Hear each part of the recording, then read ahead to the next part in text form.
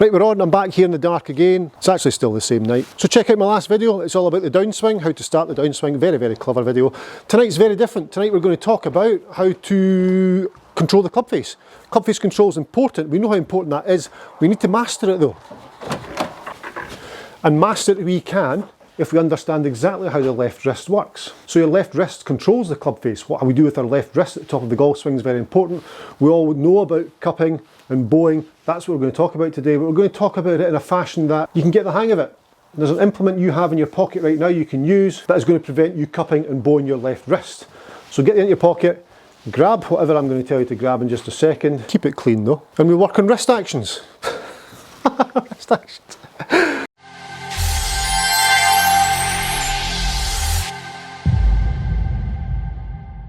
So before we talk about wrist actions and how to control the club face obviously is very important, it's king through impact, please consider subscribing to my channel. And the reason I ask that is today is the 700th upload on my channel. So this is video 700, can you believe that? 700 videos. I'm at 70,000 subscribers, every one of them, as I mentioned in my last video, thank you very, very much to every one of those 70,000 who've clicked that subscribe button. I really would love to get to 100,000. 700 uploads to get to 70,000 subscribers. I'm happy with that, and I'll do another 700 if we can get to 150,000. Let's keep going. This is brilliant. Creating a small community on YouTube to try and make golf more fun for everyone. Sounds corny but true. Right, wrist action. Top of the swing, club comes back, top of the swing, ideally positioned. We would have our left wrist perfectly in line, back of left hand, perfectly in line with left arm, forearm. Brilliant. That, as we know, is cupped. That is bowed. Top of the swing, perfect alignment. Cupped, club face open, square, bowed, club face closed. So I'm putting this in a position now that hopefully you can see the club face if I cup it. So the club face at 45 degrees, hold on, let me get a good grip of this. Club face at 45 degrees,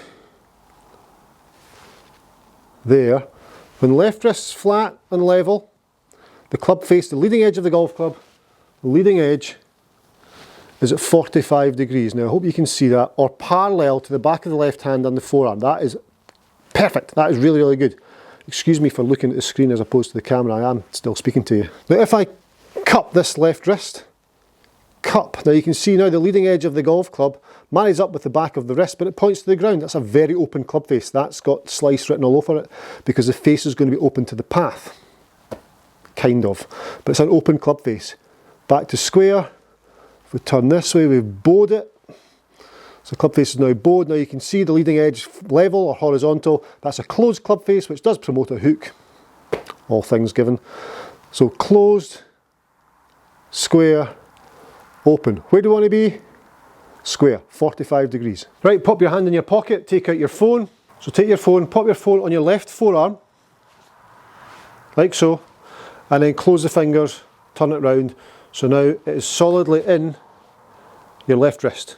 From there we're going to go up the top of the swing, up the top, and we do not want the bottom of the phone to release from the left forearm. If I do that, look at the left wrist, all cupped. There it's there, cupped, that's no good, and as you come back down there your face is going to be open. You want to ensure that that wrist, the left arm and the phone stay in contact for the whole action, up to the top and down. Now a little bit bowed's okay, a little bit of bowing action, that way is okay. That's the good side to err on because you're coming with a closed face, or slightly closed, a lot less open than here. That is so common. I'll be honest with you, I am a little bit cupped at the top, but I get the body out the way well, and as a Eureka Golf Swing, as the body opens up, it takes the cupping out on the way down. It's a fine move to be mastered, but we want to try and avoid a really open club face at the top. We want to be able to control the club face from the top, prevent those hooks and slices, so we want to make sure that we keep that phone on the forearm. Good. Put it into practice. You don't have to use your phone, you could grab your remote control right now. Phone in place. Up the top, holding it in there and down. You'll feel a very different sensation if you've got an open face or an overly closed face. You'll feel a different sensation at the top. There. There. There. I can feel, I'm looking in the mirror, I can see it and feel it. How level it is, slightly bowed perhaps, but how level it is and how level it feels. And then trying to transition that into the actual golf swing. Back of left wrist points towards target through impact. So if the back of left wrist points towards target and there's no separation on the way down between phone and wrist, that's no good. That separation there on the way down is no good. Down, down with separation is no good. Down, down, keeping contact like so. Left wrist can roll over, and what does that do with the face? That's right, it keeps it squarer to the target for longer. So recreating that, feeling that on the golf club now. There, left wrist flat. To me it feels bowed, but look in the mirror there, it's pretty flat because I'm trying to feel the sensation of the club. And look at the square face. Bryson DeChambeau holding that through all day long. Zach Johnson holding that through all day long. Lee Trevino holding that through all day long. Face square to target for longer, face square to target for longer, face square to target for longer with all three of those golfers because of the left wrist position. Bryson's perfect at it. Boom. So trying to recreate that motion, that feeling of the phone at the top of my swing, monitor it, watch it and monitor it. I'm looking in the mirror, I'm looking physically at it, I'm watching it all the way down. That's how it feels. That's how that feels. Okay, step on, try it. Straight as a die. Absolutely piled it. Right down the banner. Again, monitor. If you feel as though you're losing it slightly on the course, grip the club further up. So now the golf club is touching up the top. Okay. Okay, so it's very, very structured, very, very engineered, if you like. And yes, it's part of the golfing machine, it's part of Homer Kelly's golfing machine, hence the reason Bryson DeChambeau is so good at it. Homer Kelly discusses the flat left wrist as one of the imperatives, or the main imperative of the three imperatives of the golf swing. So flat left wrist, and then it rotates through to what's called swivel action. So the wrist doesn't actually buckle, it rotates to swivel action, which is another story. There is a video on that in one of the 700. But there, structured, I can feel I'm down, and back of left wrist to target. Slightly bowed if anything, face is perfectly square to target. There, good, does feel a little bit more wooden because I'm kind of holding face a little bit more, there's a lot less flip going on. I'm going to try and ingrain this pretty quickly. Yep, I can feel, I'm watching and feeling, monitoring it all the time, put it into pure feel. That was the best yet.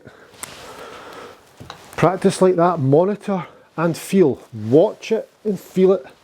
Watch it and feel it. And then on the shot, you just feel it. Can you hear the strike?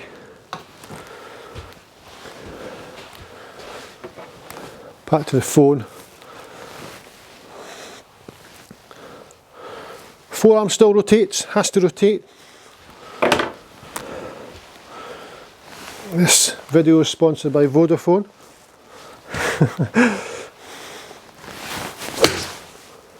Yeah, I'm good, I'm happy with them. Every one of them. That's class. So there we go, thanks very much for watching, thanks for subscribing, thanks for being one of my 10 million views, thanks for being one of my 70,000 subscribers, and thanks for watching one of my 700 videos. I can't appreciate it enough. I'm mind blown. I actually feel as though now the channel is a serious thing. Getting to that 70,000 and 10 million view milestone, I feel as though we're onto something now. I will see you in my 701, my next video. Bye bye.